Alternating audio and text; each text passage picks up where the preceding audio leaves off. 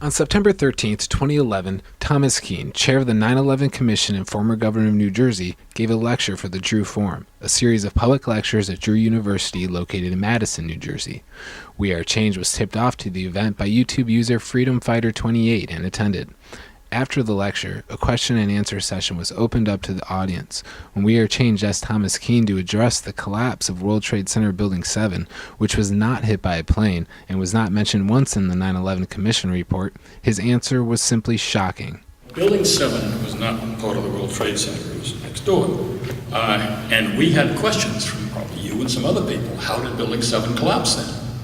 So I'm not an architect in any way or other. I'm not a builder. I don't know about these things. So we asked the Bureau of Standards to investigate. And they did a report, which you can get hold of. And they said that Building 7 collapsed from the aftershocks of that planes going into those buildings. It was so weakened in its foundations that it then collapsed. Kean claims the Bureau of Standards' final report on the collapse of World Trade Center Building 7 found that aftershocks from the planes hitting the Twin Towers caused the foundation of Building 7 to weaken and collapse. First, it is important to note that the National Bureau of Standards changed its name back in 1988 to the National Institute of Standards and Technology, or NIST. Second, nowhere in NIST's final report does it say that aftershocks from the impact of the planes into the Twin Towers caused or even had a factor in the collapse of Building 7. In fact, NIST claims Building 7 was brought down by fire.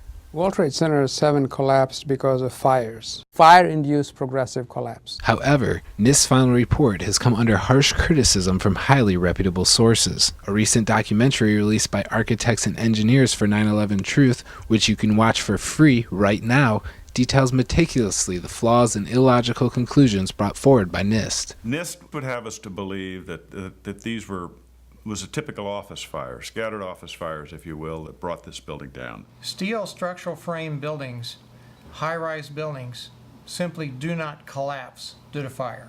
There have been fires burned longer in similar structures without any collapse. The Meridian Bank building is a 38-story skyscraper that burned for 18 hours in 1991, suffered extensive damage from the fire, but did not collapse. NIST themselves have to recognize the implications of this. The fact that they haven't is fraudulent. I think it's time for a real 9/11 investigation. This is Dustin DeLells reporting for WeAreChange.org.